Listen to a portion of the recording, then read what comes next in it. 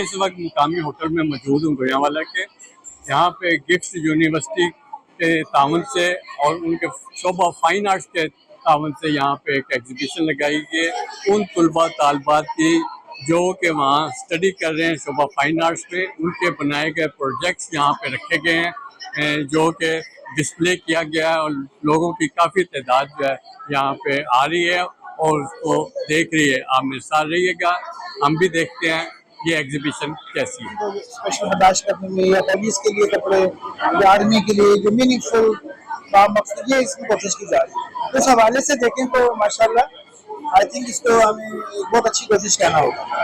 अल्हम्दुलिल्लाह पाकिस्तान लेवल के ऊपर तो बाहर भी जहाँ तक मेरा ऑब्जर्वेशन है बहुत अच्छी कोशिश है। I am doctor Hasnain Zaidi, head of school of fine arts design and architecture.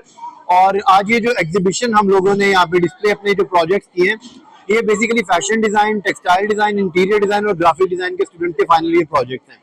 In projects की खास बात यह है कि हर प्रोजेक्ट किसी ना किसी प्रॉब्लम को एड्रेस कर रहा है। वो सोशल प्रॉब्लम भी हो सकता है, इंडस्ट्रियल प्रॉब्लम भी हो सकता है। और अल्हम्दुलिल्लाह पब्लिक का रिस्पॉन्स बहुत अच्छा है। हमारे बच्चों को जॉब ऑफर्स हुई हैं, यहाँ पे प्रोजेक्ट्स मिले हैं, आउट ऑफ कंट्री से प्रोजेक्ट्स मिले हैं, सऊदी अरब से प्रोजेक्ट मिले हैं, इंग्लैंड से प्रोजेक्ट्स मिले हैं। एंड अल्हम्दुलिल्लाह we are really feeling proud of our students because they have really made us proud with their hard work and dedication. जी अस्सलाम वालेकुम सर। क्या नाम है आपका? आयजा साल का। अच्छा ये बताइएगा कि ये जो आपने प्रोजेक्ट बनाया है इसमें क्या शो करने की कोशिश की है? सर बेसिकली जो मेरा प्रोजेक्ट है, जो मैंने अपने थीसिस में प्रोजेक्ट किया है फाइनल ईयर, वो मेरा है रूफटॉप रेस्टोरेंट। मैंने रूफटॉप रेस्टोरेंट को डिजाइन किया है और जो मेरी इंस्पायरेशन है वो मैंने ग्रीक से ली है। ग्रीक के ऊपर मैंने एक रूफटॉप रेस्टोरेंट को डिजाइन किया है। उसके एलिमेंट्स को देखते हुए, उसकी प्रॉब्लम्स को हमारे यहाँ की प्रॉब्लम्स को देखते हुए, उनको प्रॉब्लम सॉल्विंग करते हुए मैंने एक ऐसा रेस्टोरेंट डिजाइन किया जहाँ पे जो कि फैमिली के लिए, फ्रेंड्स के लिए, जिस तरह से लोग चाहते हैं कि हमें एक अच्छा एम्बियंस मिले, अच्छा एनवायरनमेंट मिले, फैमिली एनवायरनमेंट मिले जहाँ पे कुछ अलग हो। क्योंकि बीइंग ह्यूमन हम कांस्टेंट नहीं रह सकते किसी एक भी चीज पर, हम हमेशा से चेंज चाहते हैं, चाहे वो कहीं पर भी किसी भी चीज में, हम अपने आप में भी चेंज चाहते हैं।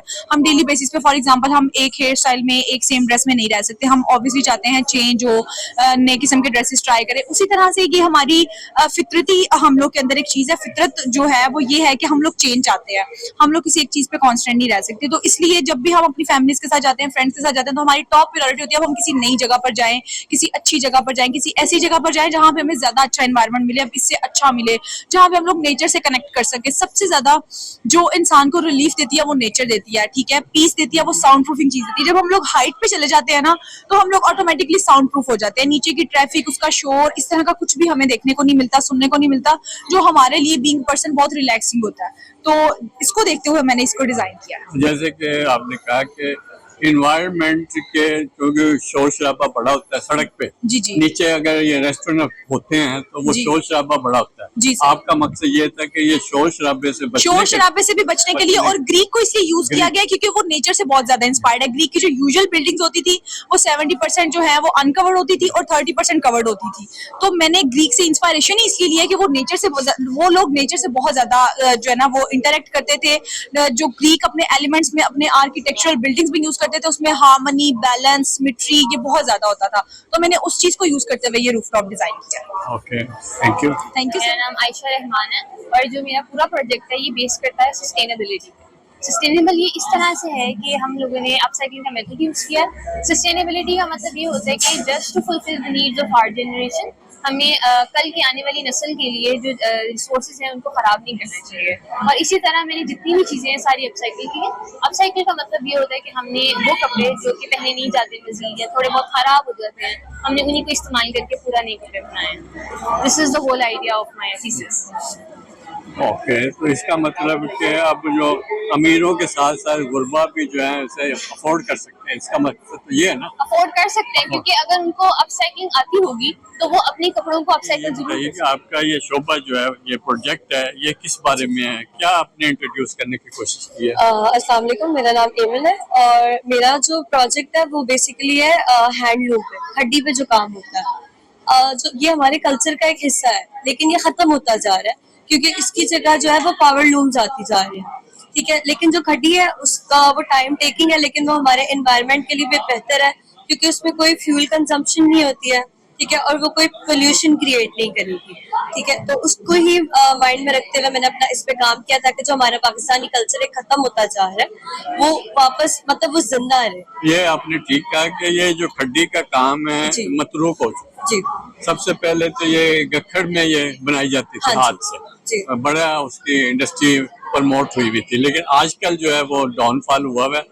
ये आपका अच्छा कदम है कि जो खड्डी का काम है, जी। ये दरी साजी का, वो आप दोबारा से लेके आ रहे हैं, लेकिन ये दरी साजी में ये आपने लिबास बना दिए हुए हैं, ये हाँ जी। लिबास बनाया जी। आपने, तो ये इतना मोटा पहन लेंगी खवातीन? हाँ जी, जो मेरे 2 गारमेंट्स हैं, अच्छा। जो सेंटर वाले हैं, ये खड़ी जो हाथ की खड़ी और हाथ की बुनाई है, ठीक है। इसमें हमने कपड़ा यूज किया हुआ है सारा। अच्छा, कपड़ा। जो स्क्रैप बच जाता है, जैसे आप कॉटन टी शर्ट जो मैंने उठाया है वो एक फैक्ट्री से लिया है जो कॉटन टी शर्ट्स बनाती है, उनके पास जो स्क्रैप बच जाता है उसको अपसाइकल करते हुए एक पूरा फैब्रिक क्रिएट किया गया, फिर उससे 2 गारमेंट्स बने। अब जो ये 2 गारमेंट्स है वो नॉन प्रैक्टिकल है, लाइक ये एलीट क्लास के लिए जिन्होंने सिर्फ बैठना होता है और उनके सामने सारी चीजें पेश की जाती है। जो ये दोनों दरी साजी से काम किए गए हैं वो आप पहन के आप चल कर सकते हो, आप काम कर सकते हो, आप कुछ भी कर सकते उसको यानी लाइट वेट बनाया हुआ है। हो। हाँ जी, अस्सलाम वालेकुम, क्या नाम है आपका? मेरा नाम सिमरन खान है। सिमरन खान, ये बताइएगा ये आपके जो पीछे प्रोजेक्ट है आपका, इसमें आपने शौक क्या करना चाहा? मैंने बेसिकली सस्टेनेबल फैशन को मैंने प्रमोट किया है और मैं लोगों को बताना चाहती हूँ कि जो हम बजाय नए कपड़ों पे इतना खर्चा करें, हम किस तरह जो हमारे पास कपड़े ऑलरेडी मौजूद हैं या फिर जो सेकंड हैंड कपड़े होते हैं उनको हम इस्तेमाल करके हम कैसे एक नई लुक देके तो हम उसे वेयर कर सकते हैं। तो बेसिकली ये आइडिया इसलिए था क्योंकि हम लोग जानते हैं टेक्सटाइल इंडस्ट्री जो है वो दुनिया की सेकंड नंबर पे आती है पोल्यूशन फैलाने वाली इंडस्ट्री, जिसकी वजह से बहुत सी बीमारियां और इन्वायरमेंट को बहुत नुकसान होता है, क्योंकि बहुत मतलब लाखों की तादाद में जो कपड़ा है वो वेस्ट हो जाता है। तो उस कपड़े को वेस्ट से बचाने के लिए मैंने ये आइडिया प्रेजेंट किया है और मेरी इंस्पिरेशन जो थी वो गोजागी एक कोरियन पैच वर्क है, जिससे वो एक कपड़ा तैयार करते हैं जो बेसिकली वो यूज करते हैं चीजों को ढांकने के लिए, क्योंकि उनका मानना होता है कि किसी चीज को ढांकने से जो गुड लक होता है वो प्रोटेक्ट हो जाता है।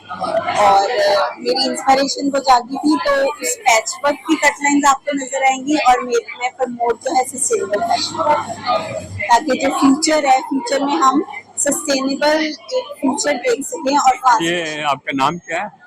ईशा, ये बताइए कि ये आपका जो टॉपिक है ये क्या टॉपिक है? मेरा टॉपिक है आपको जेमस्टोन से मेरी इंस्पिरेशन और उससे इंस्पायर होकर मैंने 4 गार्डन्स बनाया है, एक स्टोन का एक गार्डन। तो इसमें कलर आपने बड़े शौक से, क्योंकि वो एक स्टोन का एक गार्डन तो हर स्टोन डिफरेंट कलर्स का मैंने 4 गार्डन्स बनाए। यानी स्टोन्स को सामने रखते हुए, उनके कलर्स को रखते हुए, सामने रखते हुए टेक्सचर को सामने रखते हुए ये आपने गारमेंट्स। क्या नाम है आपका? मेरा नाम सारा तारिक है और मैं गिफ्ट यूनिवर्सिटी से हूँ। मेरा डिपार्टमेंट टेक्सटाइल एंड फैशन है। तो प्रोजेक्ट के बारे में क्या बताना मेरा चाहिए? रिसर्च टॉपिक है हैंड प्रिंटिंग टेक्निक्स। मैंने इसमें different hand printing techniques use किए हैं, जिसमें हैंड प्रिंटिंग है, बातिक है और ब्लॉक प्रिंटिंग है। ये कुछ स्लो प्रैक्टिस है, ये मैंने इसलिए चूज किया क्योंकि आजकल दुनिया में फास्ट फैशन की वजह से बहुत पॉपुलेशन हो रही है और क्योंकि मैं इस फास्ट फैशन को कम करना चाह रही थी और एक स्लो प्रैक्टिस इसका दोबारा रिवाइव करना चाह रही थी, जैसे हमारे पुराने ज़माने में होता है। उस ज़माने में इतनी पोल्यूशन नहीं होती थी, तो अब के लिहाज से बहुत पोल्यूशन, तो मैंने इसलिए एक स्लो प्रैक्टिस चूज की। अल्लाह, ये बताइए कि आपका जो प्रोजेक्ट है इसके बारे में क्या कहना चाहेंगे? क्या कहना चाहिए कि मैं अवेयरनेस कर रही हूँ ब्रेस्ट कैंसर के बारे में, क्योंकि हमारी सोसाइटी में इसके बारे में बात करते हुए बहुत से लोग शर्मिंदगी फील करते हैं, शायद फील करते हैं, क्योंकि वो समझते हैं कि इस बारे में हम बात ना करें, क्योंकि हमारे आपको जैसे कि पता है कि हमारे जहन इतने खुले नहीं हुए, स्पेशली मुद्रा वाला। इसलिए मैं इसकी कैंपेन चलाना चाहती हूँ, मैं लोगों को बताना चाहती हूँ इसके बारे में बात करना कोई मायूब बात नहीं है। आपको अपने इवन के आपके साथ इतनी अच्छी बॉन्डिंग होनी चाहिए, आप इतने स्ट्रॉन्ग होने चाहिए कि अपने फादर को भी बता सको, अपने भाई को, खुदा ना खासा अगर किसी की मदर नहीं है, किसी की बहन है, वो अपने फादर या अपने भाई को बताएं कि उनके साथ कुछ इस तरह के मसले हैं, ताकि वो डॉक्टर के पास जाके इसको जल्द से जल्द एग्जामिन कर सके और लास्ट स्टेजेस की तरफ बढ़ने से अपने आप को रोक सके। ये जो आपका प्रोजेक्ट है इसके बारे में क्या बताना चाहेंगे, क्या चीज़ है? बेसिकली ऑटिज्म को मैंने इस चीज़ को हाईलाइट किया, जो बच्चे ऑटिस्टिक होते हैं उनको उनकी जो इनर फीलिंग्स होती हैं पाकिस्तानी कल्चर को देखते हुए, और उस पर पूरी एक मोनोलॉग एक्ट किया है अवेयरनेस के लिए। तो I hope everyone likes it. अच्छा, ये सारा इंग्लिश में लिखा है, कुछ सामीन हमारे उर्दू में जानना चाहेंगे कि इसका क्या मतलब है? हाँ जी, तो मैं वर्बली उनको एक्सप्लेन कर रही हूँ, बट ये सारा उर्दू वगैरह में लिखा है बिकॉज जो पोस्टर्स वगैरह होते हैं उनमें नेगेटिव स्पेस में बहुत जरूरी होती है, तो अभी इंग्लिश में लिखा हुआ मैंने। तो नहीं, इसका उर्दू में क्या बताना? उर्दू में ऑटिज्म क्या होता है मैं वो बता दूँ। ऑटिज्म बेसिकली होता है स्पेक्ट्रम डिसऑर्डर, जहाँ पे थोड़ा जो कोई भी बच्चा है या कोई भी जिसको वो इस चीज़ से गुजर रहा होता है, उसके कुछ सिम्टम्स वगैरह होते हैं, जैसे वो रेपिटेटिव बिहेवियर करता है या बोलता है कुछ चीज़ों को बार बार स्पेसिफिकली, और इसके अलावा वो आई कॉन्टैक्ट नहीं कर पाता है। और हर बंदे का ऑटिज्म डिफरेंट होता है, हर इंसान का डिफरेंट है, तो हम इस चीज़ को हाईलाइट करना चाह रहे थे। बड़ा यूनिक और पॉजिटिव आपका थीम है। हाँ जी, थैंक यू सो मच। क्या नाम है आपका? मेरा नाम नेमुल है और मैं ग्राफिक डिजाइनिंग का स्टूडेंट हूँ। मैं किसी टॉपिक पे ट्रांसपोर्टेशन पे था और मैंने इनके लिए एक न्यू ब्रांड के साथ किया, new brand and new vision के साथ, क्योंकि हमें जो जितने में ट्रांसपोर्ट हम यूज़ करें बाद कम्फर्ट्स की बात, कम्फर्ट नहीं है, इसके अलावा जो क्लैरिटी की हम बात कर सकते हैं। तो मैंने एक न्यू सर्विस स्टार्ट की जिसमें सीट्स मैंने इसमें कंफर्ट ज़्यादा डाली है। उसके अलावा जो डिसेबल पर्सन उनके लिए भी मैंने काम किया, क्योंकि जो डिसेबल पर्सन के लिए हमारे पास भी ऐसी सर्विस नहीं है जहाँ पर डिसेबल लोग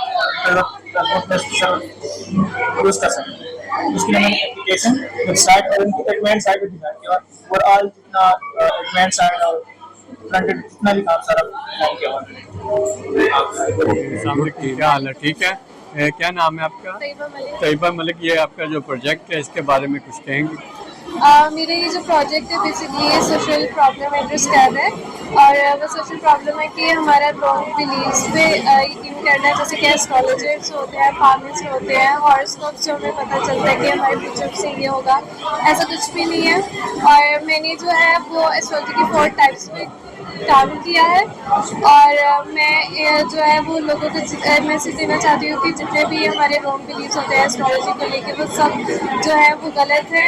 nobody can tell you the future except the God. और मेरा ये लोगों को मैसेज है कि हम जितनी जल्दी हो सके इन चीज़ों को एक तो अवॉइड करें और दूसरा इनसे दूर रहें, बिकॉज ये बहुत सी मेंटल प्रॉब्लम्स क्रिएट करता है, जैसे कि एंग्जाइटी, डिप्रेशन, तो इससे हमें अवॉइड करना चाहिए।